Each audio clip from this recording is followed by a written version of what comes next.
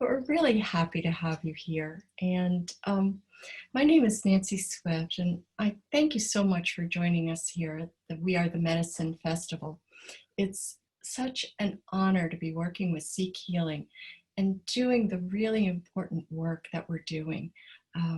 SeekHealing is a North Carolina-based nonprofit, and we are working to reduce drug overdoses and sadly, deaths of despair from loneliness. And so we have someone with us tonight who knows all about loneliness. Sarah Peyton is the author of a book called Your Resonant Self, and she's also a certified trainer in nonviolent communication. I met Sarah a couple years ago in Nashville, Tennessee, and it's been an exciting journey since. Sarah is an acclaimed international speaker and an awesome workshop presenter, and we are so grateful to have her with us this weekend. I present to you Sarah Peyton. Oh, thank you, Nancy. What a pleasure and an honor to be with you all here in honor of SeekHealing, a beautiful organization doing the work that we want done in this world. Thank you, SeekHealing. So SeekHealing and Nancy invited me to come and speak to you tonight about avoidant attachment and loneliness. We're going to try again. What's up with you, Nancy? Okay, I'm going to put you on mute. Stay with us. Hello.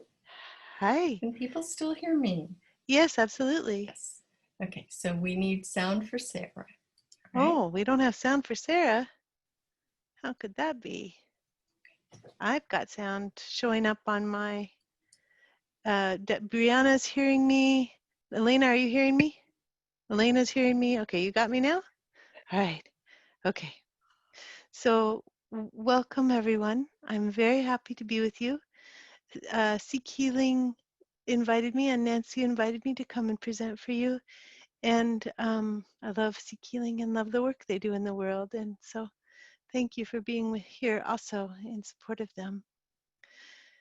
Okay, well, they asked me to talk about loneliness and avoidant attachment. And Margaret, I see that you have a hand up, which you may have done just to be able to tell me that you could hear me. I'm going to take your hand down, and if you have a different question, then just raise it again.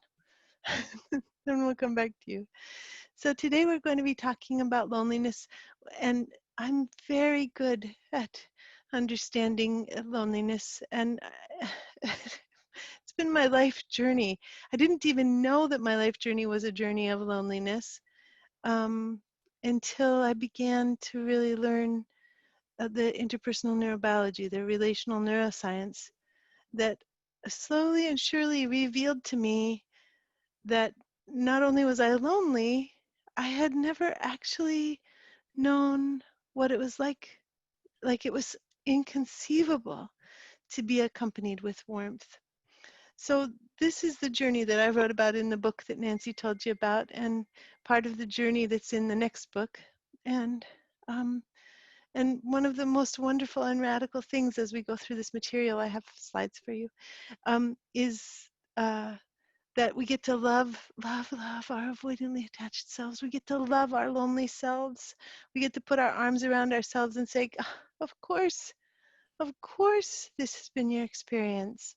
Because we live in a world that's really excruciatingly unconnected. And our bodies, you know what humans have? Humans have in their skin, they have skin temperature warmth receptors for feeling other people's body warmth. That's what we all have. It's like these heat receptors, they don't respond if the temperature's too hot or too cold. They're not that kind of heat receptors. They just light up when there are people close by and we can feel them. And we live, of course, and especially now with the pandemic, many of us are living really incredibly isolated lives. So our skin is longing for each other, even though we're going to talk about this, even though humans may not be that safe. So let me start sharing my slides. We'll go through, I'll do a little bit, I'll stop, put questions in the chat. When I'm doing the slides, I won't be able to see the questions. So for the time that Nancy's here with us, which is most of the time, we're gonna have her let me know, just speak up, Nancy, if somebody has a question, and we'll just integrate stuff as we go. Will do. Thank you. So here we are. It's June 2020. Oh my God. We're going to look at attachment. We're going to find out what we know about loneliness, about alarmed aloneness, new stuff from the last year about avoidant attachment, a path of healing, a little bit about unconscious contracts, and questions and comments all the way through.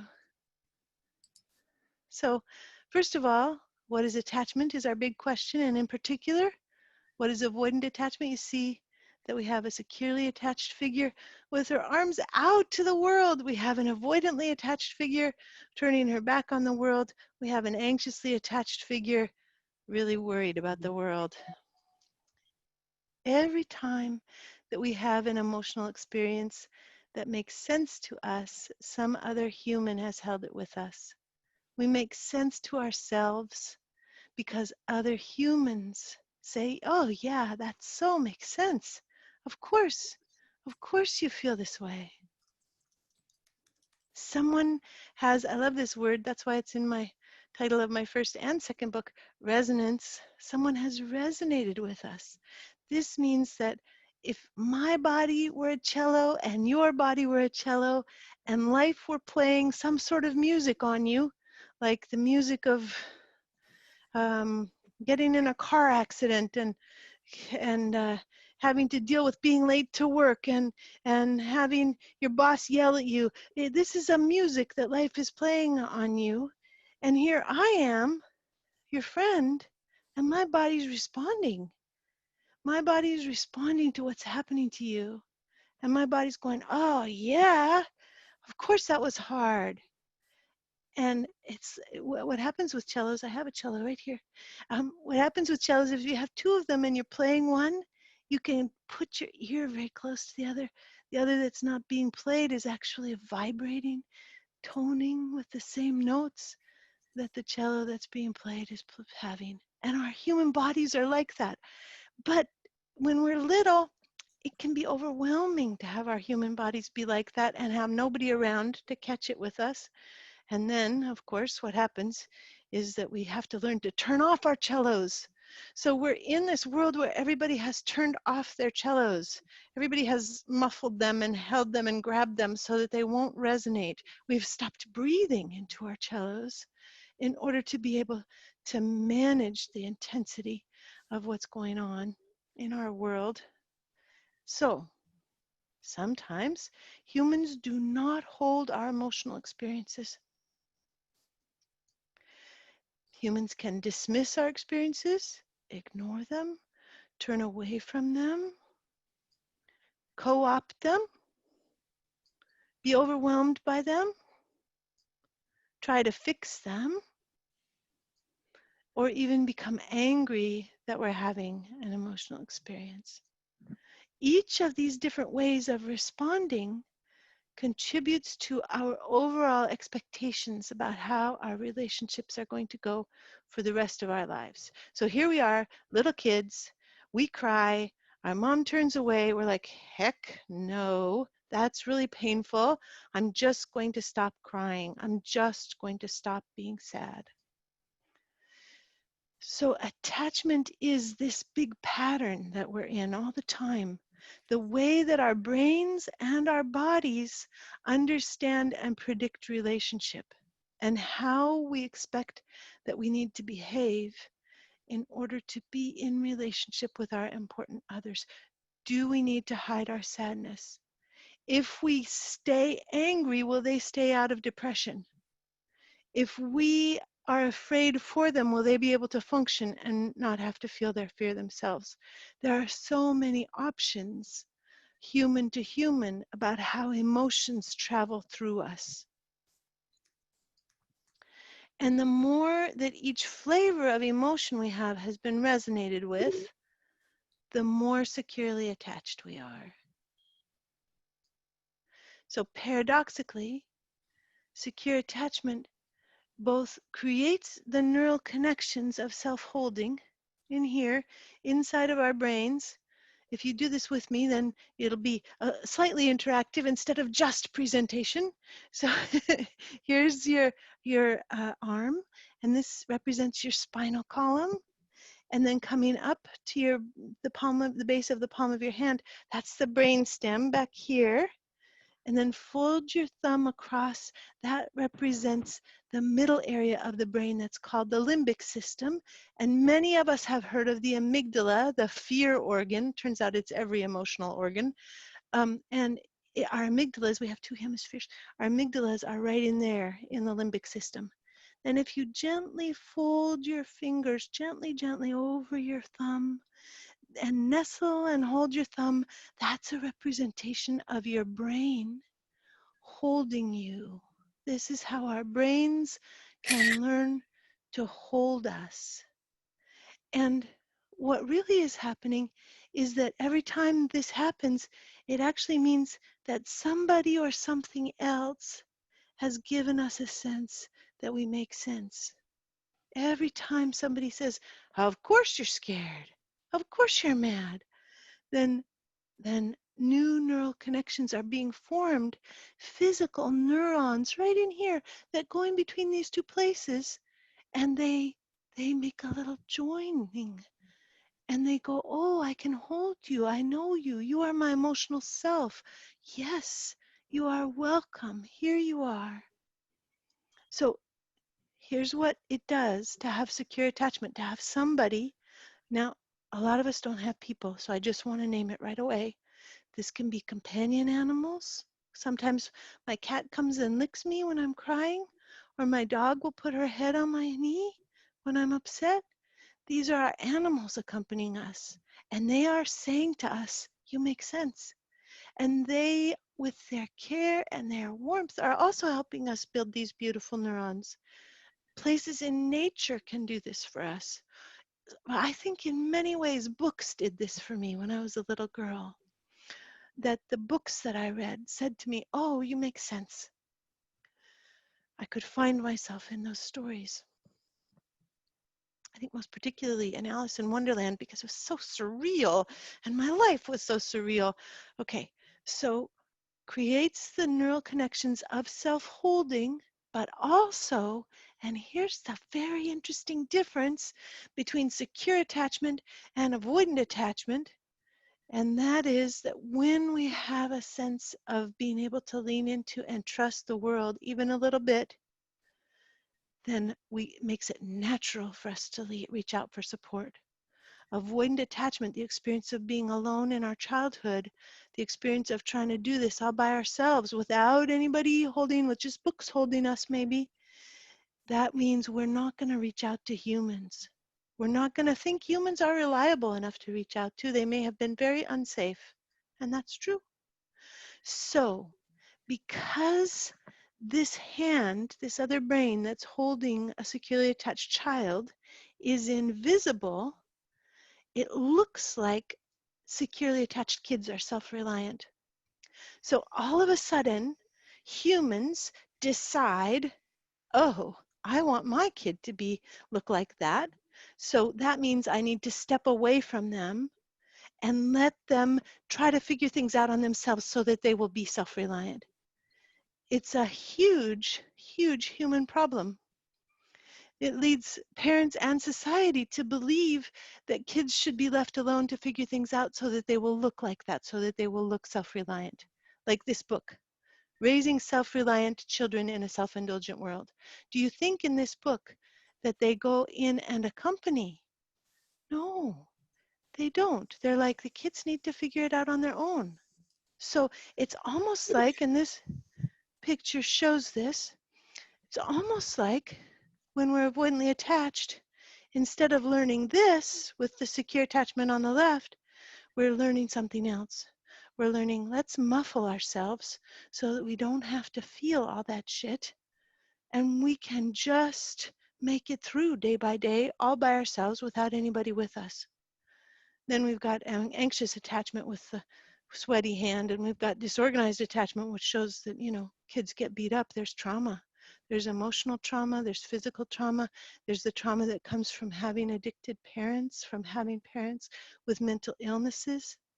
We can be beat up physically, we can be beat up verbally, we can be beat up sexually, we can be beat up emotionally, we can be neglected. All of those things are like putting casts. We have to put casts and bandages on our brains in order to heal. So with secure attachment, we go through life expecting ourselves to make sense, and we expect others to be reliable resources. And when there are emotions that have a flavor or an intensity that are important others could not resonate with, we develop a whole different set of expectations. If our most important people cannot resonate with sorrow or joy, we become avoidantly attached, and we don't expect others to be available resources. If our people make our emotions about themselves, so this means that if you've got a mom and a mothering person, either gender, the most important person to you as a child, who, whenever you get sad, they get sadder, or whenever you get mad, they get madder, or whenever you get scared, they're more scared. That's our people making our own emotions about themselves. Then we'll try to reach these people, always caught in the sense that if only they would respond, everything would be all right. And this is our ambivalent attachment. So with the ambivalent, that was that sweaty, anxious hand. Anxious and ambivalent attachment are the same thing. And there we are with that sweaty, nervous hand trying like heck to reach out and find somebody else who actually exists in this world.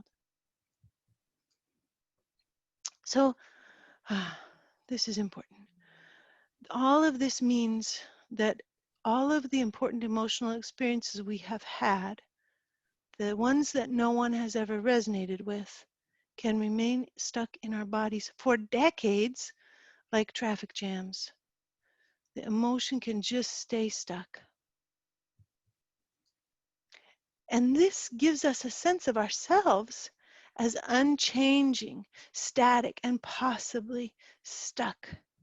There's a fellow who is a beautiful writer, Resmaa Menakem, who wrote the book In Our Grandmother's Hands. And he just did a podcast where he said, uncontextualized trauma in a single human is something that we call personality.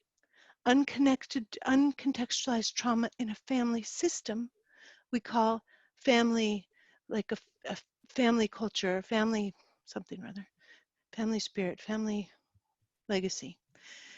And uncontextualized trauma in a society we call culture. So this is what we're really talking about here. We're talking about how trauma and a lack of being accompanied gives us a sense of ourselves as unchanging, static, and possibly stuck. It's not true, but it gives us that sense. When on the contrary, when we actually are held with resonance, we are actually fluid, growing, and emergent people, uncharacterizable in some way. In some essential way, each of us is in no way reducible to a simple personality. In some way, each of us is a transcendent being that is an emergent state of right relationship with the experiences that we have had. So in secure attachment, this is a very cool thing because we know it about kids, but it also happens with adults. In secure attachment, we can use attachment figures to decrease our stress even when the attachment people are absent. So you'll remember this hand that's coming over and holding the child. As the child grows with this security, with this sense that they're fairly often going to be caught and held and acknowledged and told that they make sense, then they go out in the world And it looks like they're all alone going out into the world because that hand is invisible. The hand is still with them, even though their mother's over here. At about 18 months, these little kids who are in this securely attached relationship start to toddle off into the world and look so self-reliant, but they're only looking self-reliant because they've got an invisible holding. Is this making sense? It's very important.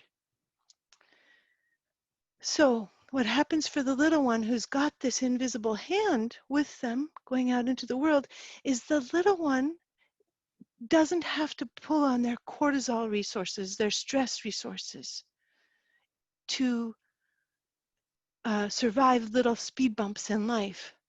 Instead, when they hit a speed bump, they go, oh, my mom would think that my reaction totally makes sense, or my dad would think, or my grandma would think that my reaction totally makes sense. Of course I'm scared right now.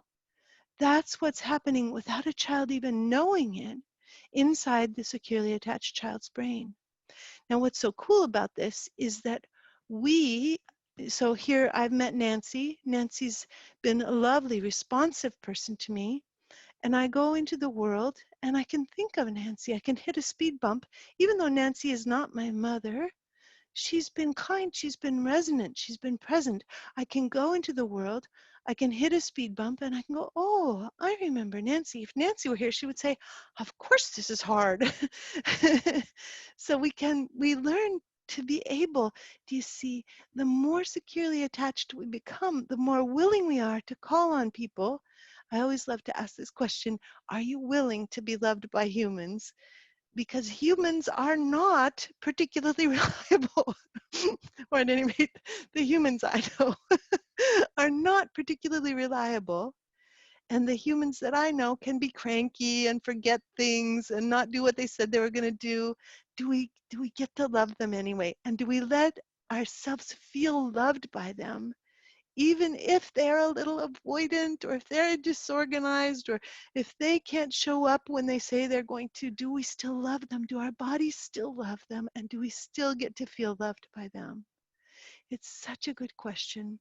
It's a question I carry around with myself all the time because, of course, I haven't said exactly what kind of background I come from, but I come from a background where one of my folks had a very intense mental illness and people were not predictable. In no way were people predictable. So it's a very good question for me. Am I willing to be loved by unpredictable, sometimes cranky people? Yeah. So here we are, we grow up and we can resource ourselves with warm, resonant people that we meet on our journey. I was at the dentist this morning and I have a friend named Mika, and I was lying there and I was like, okay, I would get really tense with every time the drill was going in. And I would think, okay, I'm gonna just conjure Mika. I'm just gonna have her there sitting down at the bottom there at my feet, putting her hand on my ankle. I'm just gonna imagine, and I would relax and the drill would go and I'd go, ooh, and I'd go, Mika, Mika, Mika, and I would relax. So we get to call on this. This is a very beautiful thing we get to do as humans that we don't even realize becomes an option. But of course, in avoidant attachment, instead of learning that we can call on other people, we learn that we are the only people we can rely on. And this, of course, makes that glove picture make a lot more sense because we're shutting down our own brain. I won't tell you all the parts of your brain you're shutting down if this is resonating for you. But in essence, what you're doing is you're creating a little insulation layer that makes life farther away from us when we're avoidantly attached, when we're relying only on ourselves. In ambivalent attachment, the parent can't tell the difference between their own emotions and the child emotions. Everybody's on a roller coaster. And the only really predictable thing about disorganized attachment is its unpredictability. So if you have an addicted parent, sometimes they're okay, sometimes they're completely gone, sometimes they're out of their mind. If you have a mentally ill parent, sometimes they're okay, sometimes they're completely gone, sometimes they're dangerous. It's unpredictable. So, to recap, when we are under stress as humans, our very best strategy is to actually try to be with our important people if they are resonant, or if we're willing to be loved by them, even if they're not resonant. Secure attachment is the kind of attachment that takes the least toll on our stress and immune systems. But if our important people have not been responsive or safe to turn toward, then we can swing into either moving away from people to self-regulate, which is our avoidant attachment, or we can try to be really close to somebody else to get ourselves regulated, which is our ambivalent attachment.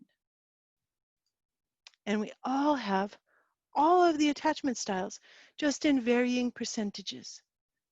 So we can have secure attachment, we can have a disorganized attachment, avoidant attachment, ambivalent attachment. Everybody's got their own pie chart.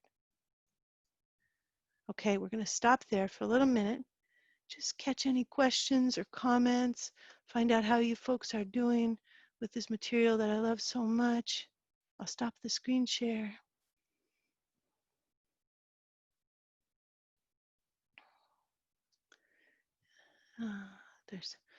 There's folks who are trying to get their screen sets, their slides set up. Hello to Pam.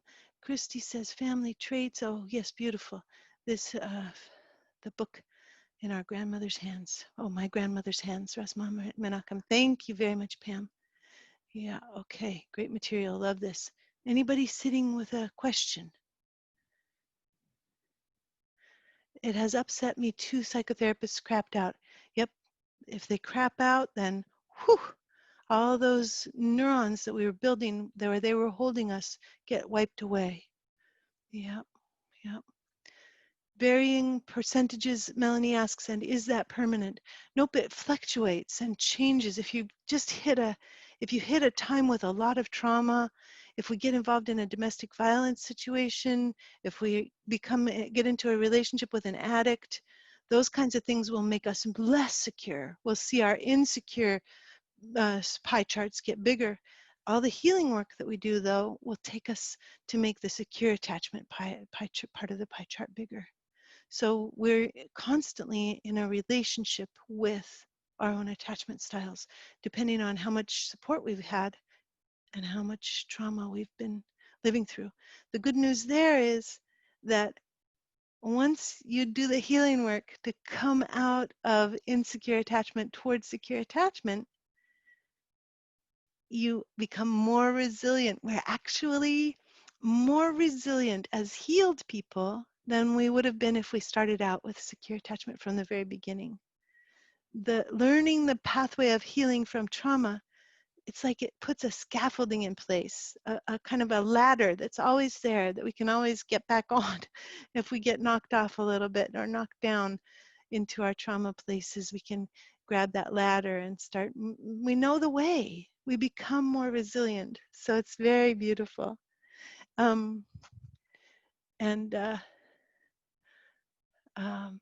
Then I'm not sure, Nancy, there's a question about recordings. I don't remember. If you love this material, you can go to my store. There, tell us about recordings. Come off there and tell us, Nancy. You can't come off? You'll put it in the chat and I'll read it. Tell us about recordings. Paula, I always feel strangely comforted when I hear about this. Me too. Cornelia, it's interesting to learn that we all have all attachment styles and learn how all of them develop. Thank you. Thank you. Helps to understand. Susan, could we review all the slides at some point? Nancy will put something in about whether the slides will be available or not.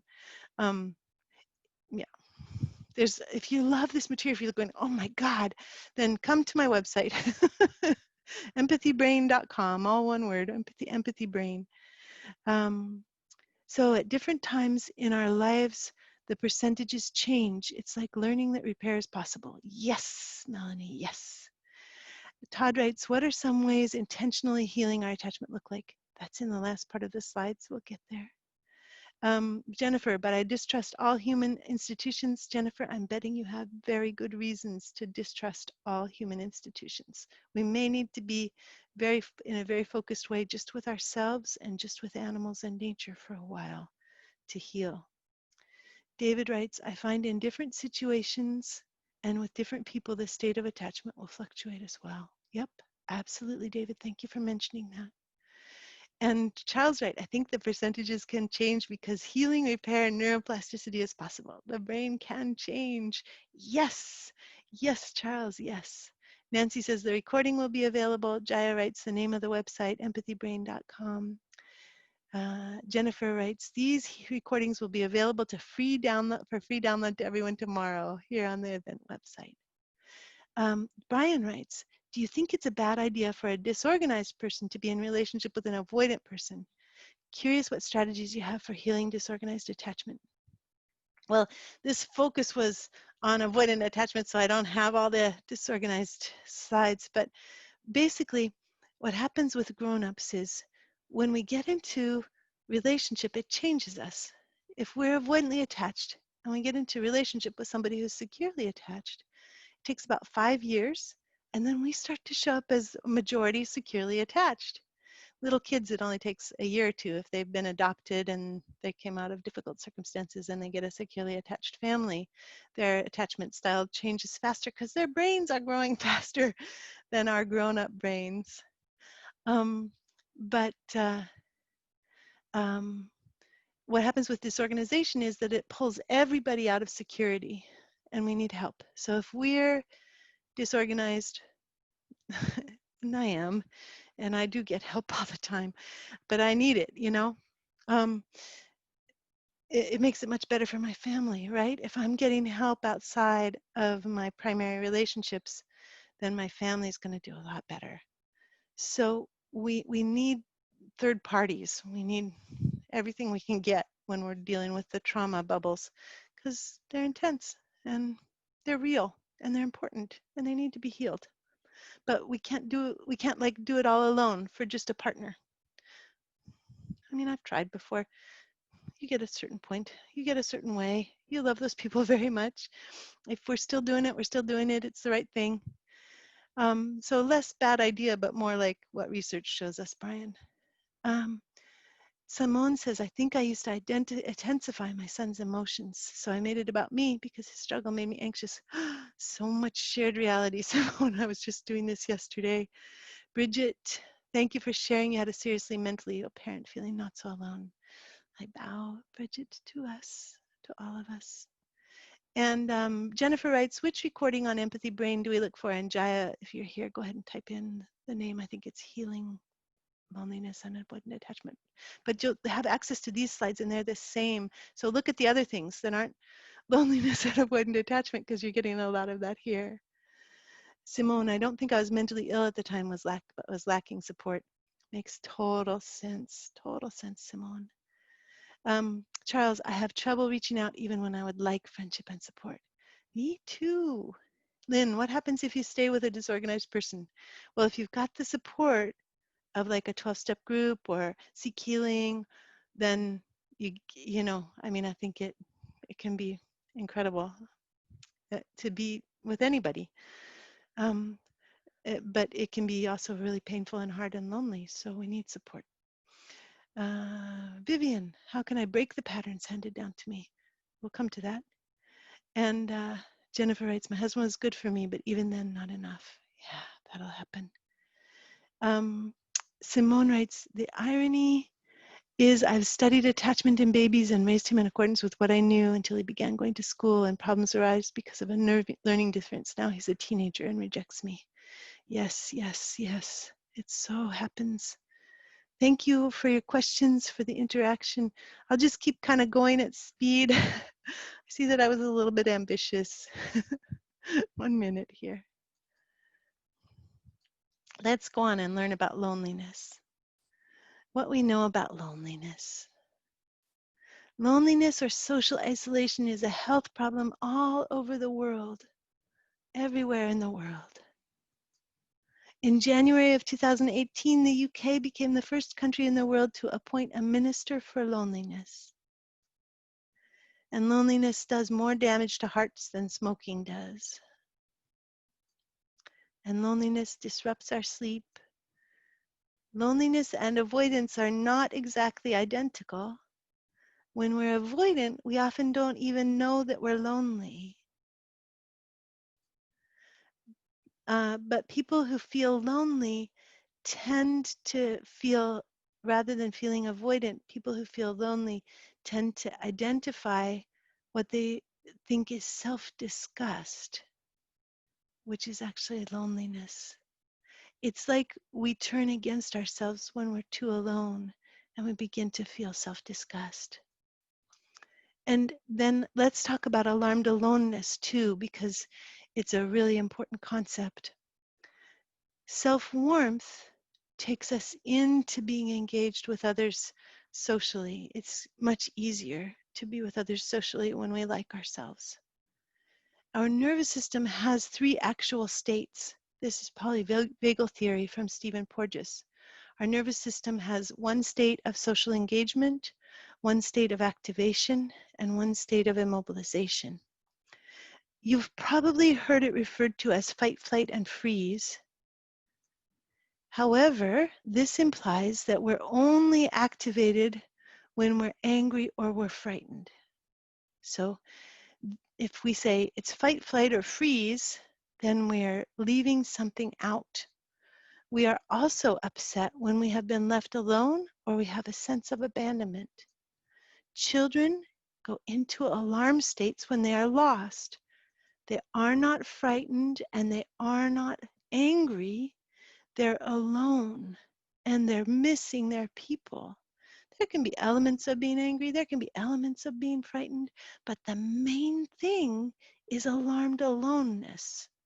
And it comes with, see here's a slide, physical indications of fight or flight response. Our language strips away loneliness from us. It strips loneliness as an alarm state away from us. And we don't get to even know that we have an alarm state of alarmed aloneness. We'll have dilated pupils, we'll have paler flushed skin, we'll have trembling, we'll have rapid heartbeat and breathing. And it's true, it is sympathetic activation. All of these things happen when we're in alarmed aloneness, not just fight or flight. And grown-ups can experience abandonment when we have heartbreak. For example, when somebody dies, we can have such heartbreak. Even with companion animals, we'll have terrible heartbreak. There's an alarmed aloneness. We rarely name this in our world. It's an emotion largely without a name. We aren't supposed to be alarmed about being alone. We're supposed to be tough. We're supposed to stay resilient. Keep going no matter what. If we don't ever know that alarmed aloneness actually exists, this means that our circuit of emotions and words is never completed. So bodies get upset when they have emotions, and we're supposed to then make a circuit in the brain, right over here in the right hemisphere, where the left hemisphere goes, oh, I know what that emotion is. That emotion is alarmed aloneness. And then the body gets to go, yes, I've been in alarmed aloneness for 30 years. Thank God you've finally named it. And the body gets to relax. Because, of course, people can stay in an unaccompanied, unnamed state of alarmed aloneness for decades. And then it feels like being stuck. So now I call the nervous system states fight, flight, alarmed aloneness, and freeze. I'm the only person, and people who enjoy my work are the only people really who say it this way, but it's so important to begin to say it this way. So we'll stop for a moment. We'll connect.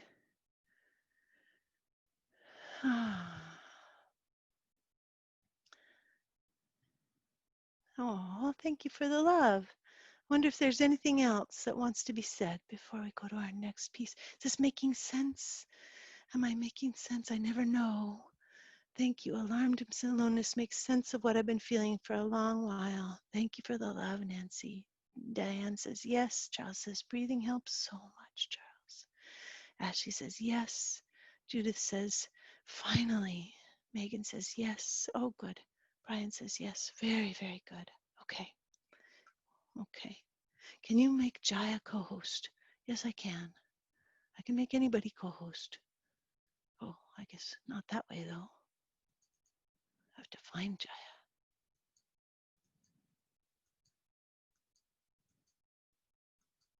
Where are you, Jaya? Ah, there you are. And Jaya, it looks like you have a hand up. Do you have, oh, you were helping me find you. Is that what you were doing? Yeah. That's all I was doing, just so Okay, that thank you. mute people if we need to. Oh, thank you very much. I'm very grateful, Jaya. Jaya is my beloved assistant who I just pray every day will not go on and have her own life, even though I also want her to have her own life, but I'm just so grateful. Um, Jennifer, I had met this notion of yours before, and I found it on a tramp with colleagues, and I got separated from them. I was so grateful. Oh, yeah. Brianna writes, I agree with fight, flight, alarmed aloneness. I had heard that research was lacking and that friend and fuck are new additions to that list. I think they come in the social engagement category, and sometimes we can co-opt social engagement and just use it to try to be safe, and then people often call it fawning as well. Yeah, very good. Ray says, can this state of alarmed aloneness have a physical effect? Yes, Ray.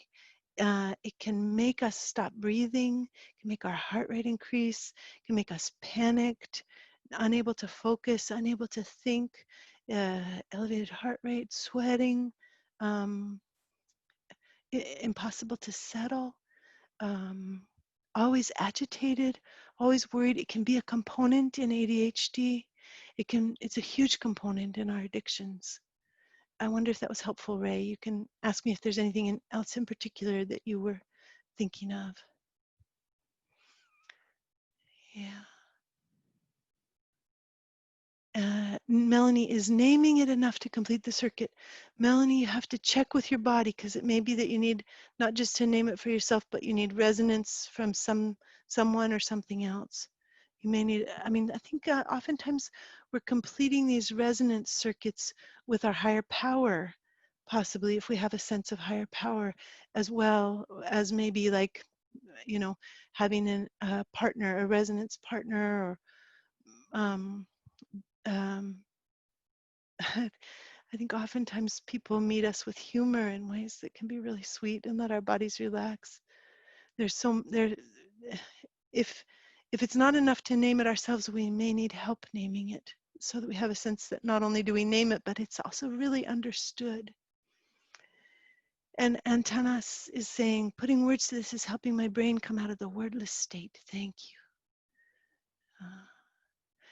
And then Charlotte mentions appease, which some people are calling fawn. Yeah, it makes a lot of sense. Alarmed aloneness is, I think, the cause of IBS. Oh, we love our tummies and our intestines.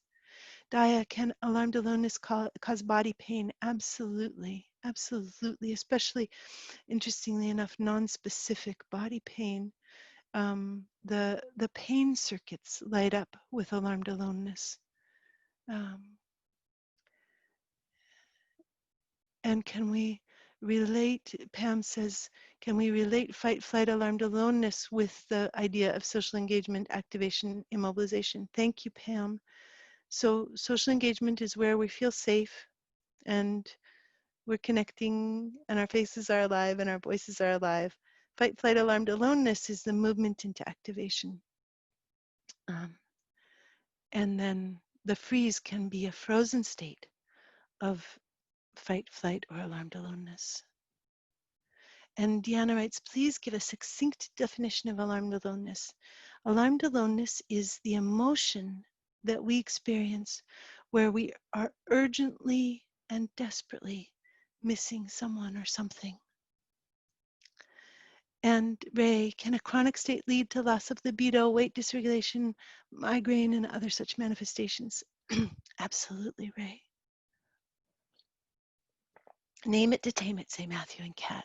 I feel like I'm always frozen.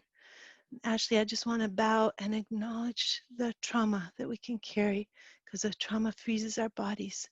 We need to have acknowledgement of the trauma and acknowledgement of the frozenness to be able to come out of it. Let's look now. Oh, I forgot to share my slides. I went back to them, but I didn't share the screen.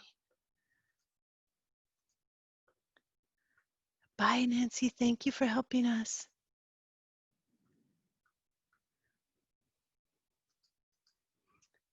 So let's learn a little about where avoidant attachment comes from. When we are avoidantly attached moms or dads or other not fluid gender parents, one of the ways that we'll express our avoidant parenting is by stopping our kids from being able to reach out to us for support, telling them they need to do things on their own, and not acknowledging their distress. So that if you have a parent who did that, who was like, nope, you got to figure it out on your own, and never really acknowledged that you were scared or sad or angry or upset or lonely, then your parents may have been avoidantly attached. Whereas anxious ambivalent caretakers show increased attention to negativity and to heightened expressions of distress. So very different ways of doing it. Avoidantly attached parents pick up their babies just as much as securely attached parents do, but they don't pick them up when they're crying. Avoidant moms try to minimize their baby's joy. They smile smaller than their babies when their babies are happy. And there are significant relationships between physical abuse. A list of possible physical abuse items is here on the left, and avoidant attachment. And this slide is available for you after the presentation. Avoidant attachment is associated with all forms of dysregulation. Low self-esteem, impulsive behaviors, problems in relationship, attempts to avoid or to numb out, anxiety about emotion and dysregulation, self-judgment, fear of abandonment, problem thinking, and problem solving. Emotional dysregulation is associated with higher rates of psychological aggression between partners, as emotion dysregulation involves having difficulties using skills that allow people to respond in non-aggressive ways when they are distressed. And avoidant attachment has a lot of costs. Let's look at some of them. Parents who have more avoidant attachment experience greater stress after they give birth to a child and perceive parenting as less satisfying and personally meaningful. And this continues all the way into the period of empty nesting. Avoidantly attached people help less and perceive the costs of helping as higher than securely attached people do. If the emotional cost of helping is decreased, avoidantly attached people will help as much as securely attached folks. The more avoidant we are, the less we relax into safety as people listen to us. Avoidance is predictive of more sexual partners in individuals during their lifetime. These effects were true for women as well as for men. And in huge studies with 60,000 people, there's no difference between men are not more avoidant than women. Everybody's got the same tendencies. Avoidant attachment is a predictor, though, for sexual addiction for both men and women. And it's also predictive of greater sexual compliance, harder to say no. And these effects were true for women as well as for men. In sexuality, avoidant partners may rely more on masturbation and pornography in an effort to avoid intimacy and be self-reliant, which may blunt sexual desire for one's partner. And both anxious and avoidant individuals are inclined to self-gift for reward and as compensation for personal disappointment. So if you know you tend to buy things for yourself when things are rough, you could say, that might be a little sign of avoidant attachment.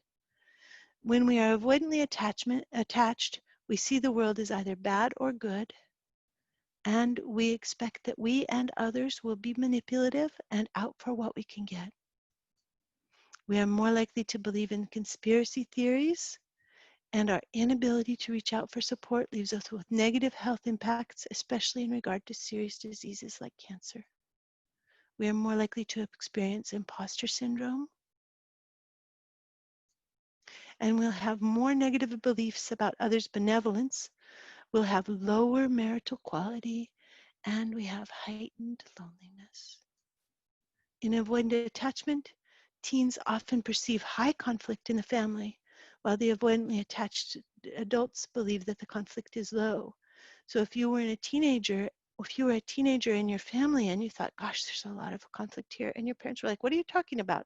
That would be a sign that you were in an avoidantly attached environment.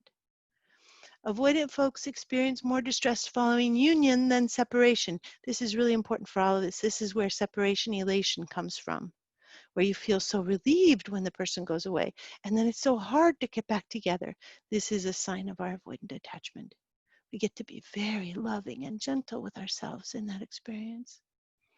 And avoidance may bring a heightened sensitivity to distress into their daily experiences. Their heightened emotional and physiological reactivity may prevent them from distinguishing cues that represent little or mild threat from greater emotional or attachment threats. They can't tell the difference between things being a little bit not okay and very not okay. And the more avoidantly attached we are, the more likely we are to struggle with insomnia. The lack of ability to reach out in our avoidant attachment decreases the odds of both college persistence and degree attainment among foster kids. And our attachment style shows up in our relationship with our dogs too. Owners scoring higher on avoidance are more likely to own dogs who suffered from separation anxiety. And we each have an attachment style with whatever we call the divine or God too. Our attachment to God predicts our moral foundations. If we're attached, if we're more attached, oh, here it's on the next one to help me orient myself. If we're avoidantly attached to God, we place less emphasis on care, fairness, authority, and purity.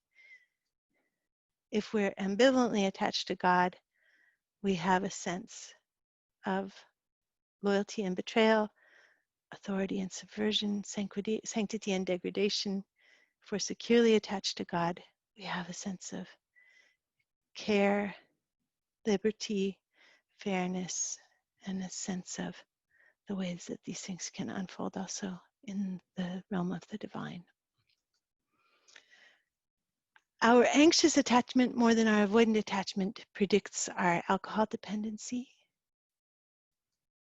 And here we go. Here's what you've been asking for, the path of healing out of avoidant attachment. First of all, it's very good to know that many things heal as we change, as we heal from our avoidant attachment.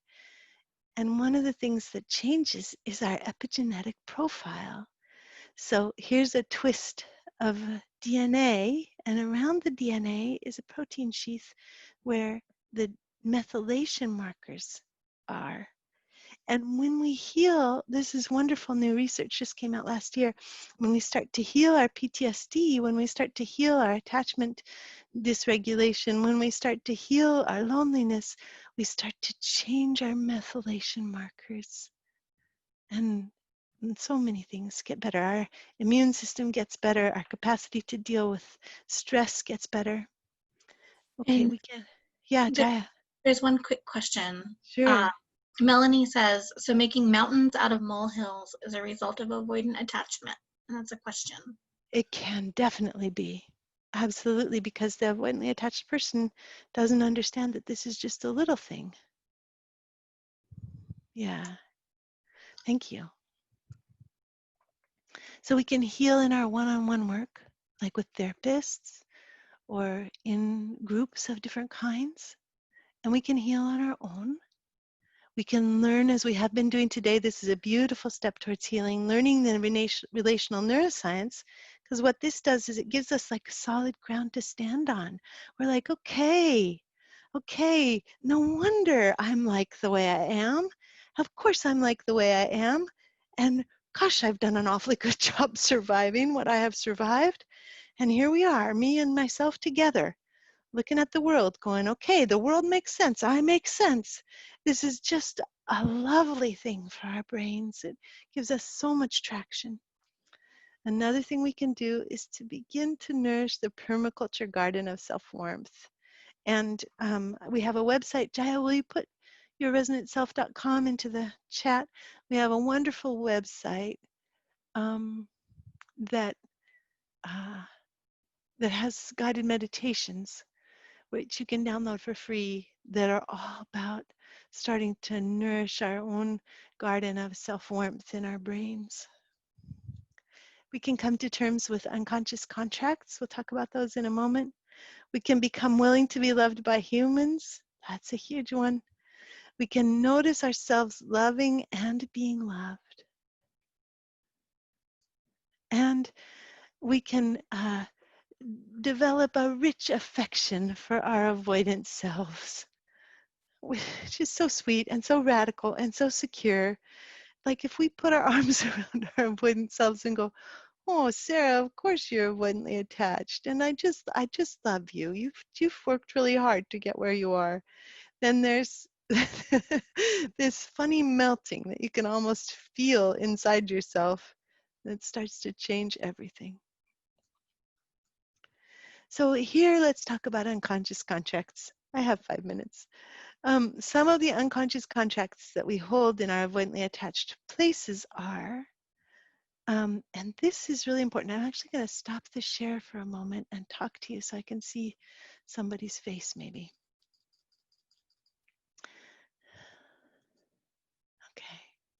So when we have unconscious contracts, what this means is that we have made an agreement with ourselves to do or not do something. Now, we often know that we've made the agreement with ourselves, but we do not know why we've made the agreement. We have zero idea why. Or we may have a suspicion, but whatever suspicion we have, it's not deep enough. If we really knew what the contract was, we would be able to let it go. So when we start to think about these unconscious contracts, we need to think very deeply about our own survival with a lot of self-compassion and a lot of kind of care for ourselves. And the kinds of things that we find are things like the following. I swear to myself that I will never trust anyone, relax into anyone, let anyone close. I swear to myself that I will not be a burden. These are the ones we probably know. You know this part. I will not let others rely on me. I will keep my mother away. I will take care of myself. I will not notice my emotions. I will not notice my body. That when people talk about their pain or emotions, or when pain or emotions are forced on me, I will make sure to fix them. I will not reveal my feelings or even know what they are. These is the part that we may already know, but here's what we won't know yet. Oh dear, I don't have the second part. I have to just say it. Okay. I will not trust anyone in order to save myself from the disappointment and heartbreak of having, of the longing for my mother, so that I never have to long for her again, no matter the cost to myself. I swear to myself that I will not be a burden in order to help my family survive. I will not let others rely on me, so that I never let anyone down and I don't have to live with the heartbreak of my own incapacity. I will keep my mother away in order to save her from my toxic heart. I will take care. These are not necessarily absolute. I didn't put the answers in these slides because you will find these on your own. What are these deep contracts? I will take care of myself. I will do it all myself. That's a little like the first one. I will not notice my emotions in order to keep from drowning in unaccompanied loneliness. I will fix anyone who comes near me with their pain so that I don't have to worry about them ever again. I will not reveal my feelings or even know what they are in order to keep myself safe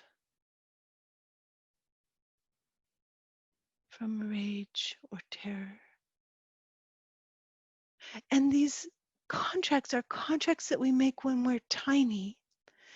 And as adults, with all of the healing work that all of us have done, we actually have much more capacity, resiliency, resource now than we did when we were 8 months old.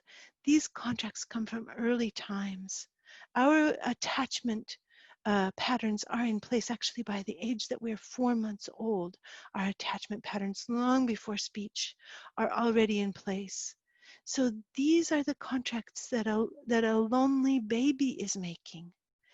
And as we begin to work with this material, we start to discover that the contracts we made when we were lonely babies are no longer the right contracts for us as grown adults with the resources and capacities that we have now. Okay, so this shows you the unconscious contract, the full layout of it, which I was just doing it, no matter the cost to myself, I wasn't saying. And we can have contracts also about self-disgust, which, as we learned early on, is one of the root causes of loneliness. And then there's a little slide here that gives you the information. How do you revoke the vow? You check with yourself. Essential self of Sarah, do you like this vow? And then if they do, then we say, I release you from this vow. I revoke this contract. And then there's the blessing. Instead of this, I give you my blessing to ... So you find your starting point by discovering what you allow yourself, demand of yourself, or deny yourself in connection to relationships. You say the vow, you discover who you've made it to and why you made it. Feel into your body, look for the seam of aliveness or conviction or rightness. And in the release process, let your body stop changing with each step before you move on to the next step. Similar for the discussed one. So here we are, we're right at the end. It's 2 minutes over. Jaya, was there anything I need to grab? Or no, I think you got it. okay. Just some comments about vows that some folks have. Oh, beautiful. Yeah, beautiful. Yeah. And Corinne asks to see that. I see I have another 3 or 4 minutes. Ask to see that self-disgust loneliness slide. And Corinne, is this the one you want to see? The self-disgust one here. That one? So an example here will be, I will hate my body in order to make my mother's response to me make sense. I won't take care of myself in order to leave space for someone to come and take care of me.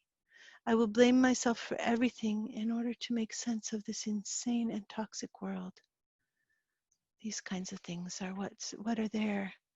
And then here's the ones connected with disgust. Find your starting point by discovering what you allow yourself, demand of yourself, or deny yourself in connection to self-warmth. Then you do the same thing with that. And we can post, Jaya, if you'll help me, we can put that in, maybe if they have room for documents, we can put the whole paper, the PDF that we have for that in. I'll send it to the organizers. Wonderful, thank you. So sweet to be with all of you today. There's a message that, is it Elena wants to, Elena, I need to find you. Go ahead and put your hand up, Elena, and then I'll be able to make you co-host for your final message. If I got your name right.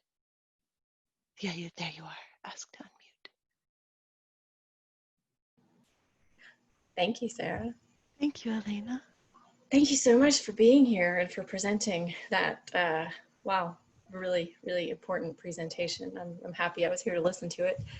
And I just want to take a minute to thank everybody else who's here as well for joining us tonight. I'm going to post one more thing in the chat box about if you feel compelled and feel like you're able at this time to make a donation to SeekHealing, so that offerings like you had here tonight can be shared with those who need this medicine. And also, if you have any questions, you can reach out to info@seekhealing.org, or you can check the event page and you can reach out to Sarah or any of the other amazing facilitators that we have this weekend. Also, you can make a bid on our local love auction items. I gotta say, I'm not completely familiar with that, but it sounds very interesting. So you can check that out on the events page. And yeah, just thank you all so much. Glad I was here for this. And now I'm finally getting to click through and see who's here and seeing my old friends. And I'm very happy to see you and your names. And very happy to meet new friends too. Thank you so much. And thank you, Jaya, for being on with us. What a pleasure. All right. Shall we come? I'll take everybody off mute. And we'll, oh, I can't take everybody off mute, I guess. I think with the settings right now, we can't do that. Like We can't do that. Darn. Well, then we'll wave at each other because we won't be able to hear our voices. Wave if you have your camera on. So wonderful to see you. Hello, Bruce. Hello, Rosa. So happy to see you. Hello, Melanie. Hello, Barbara. Hello, Bridget. Hello, Carolyn. Oh, what sweetness. I'm happy to see you all. I look forward to tomorrow night. If you love this work, there's a whole different way of looking at stuff with family constellations.